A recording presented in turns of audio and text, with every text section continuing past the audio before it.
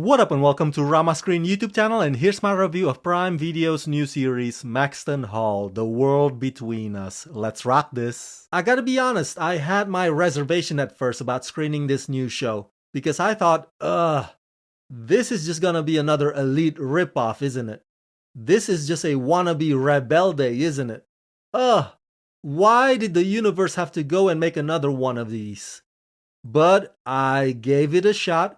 I sat through all 6 episodes, and yes, turns out Maxton Hall is very much the same as every private boarding school teen drama you've ever watched. In other words, it is formulaic through and through. But here's the difference. There's no murder mystery here. And by episode 3 and on, it morphs into this generic romantic drama we all knew it was gonna be, in which the socio-economic gap is at the heart of the story. And as I was watching it, it dawned on me, Maxton Hall is basically kind of like a 2-hour soap opera that gets divided into 6 parts. You know how sometimes you come across a story and you think, that could have been better told as a series. Well, this is the other way around. It would have saved everybody's time if Maxton Hall had been a feature-length movie instead. The series is based on Mona Kasten's bestseller Save Me. In Maxton Hall, The World Between Us, when Ruby unwittingly witnesses an explosive secret at Maxton Hall Private School, the arrogant millionaire heir James Beaufort has to deal with the quick-witted scholarship student for better or worse. He is determined to silence Ruby. Their passionate exchange of words unexpectedly ignites a spark. Hey, please click the join button below to become Rama Screen members. By doing so, you will help support this channel and you'll also get lots of perks. So click on the link below to join Rama Screen membership today. One of the things that I do appreciate about this show is that the parties have some planning behind it. By that I mean, if you look at Elite, for example, in their stories, the characters would go on their debauchery bender party night after night for no reason. Which got me wondering, how in the hell can they do that during school week? Whereas on Maxton Hall, their parties are integrated into the characters' romantic motivation and their academic arc. It's substantive, and more importantly, there are consequences in which those parties might affect their good standing reputation. Oh, I forgot to mention that this show comes all the way from Germany, and so with that comes my other criticism in that the English language dubbing is pretty terrible.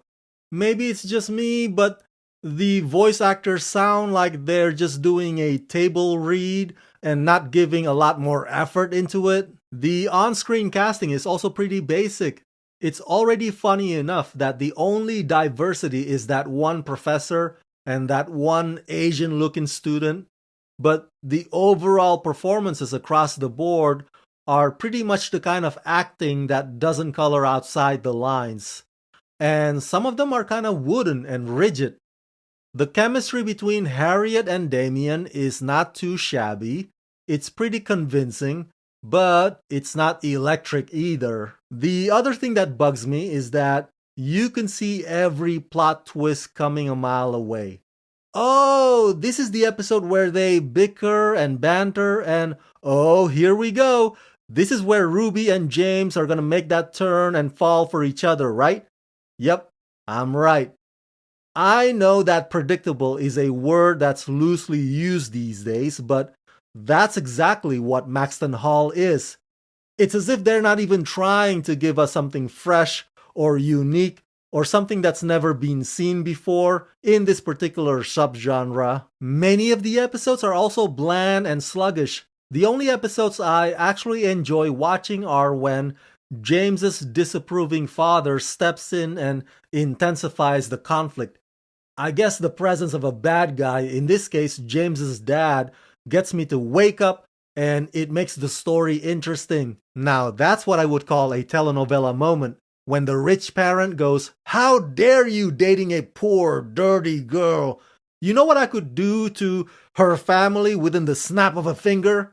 And I'm like, finally, we're getting somewhere. Blood boiling, resentment building up. Get me that bucket of popcorn, will ya? I'd like to see more of that stuff. So yeah, overall I give Maxton Hall, The World Between Us, the rating of 2.5 out of 5. This show has its moments, but overall, it's nothing special. It really is not anything special.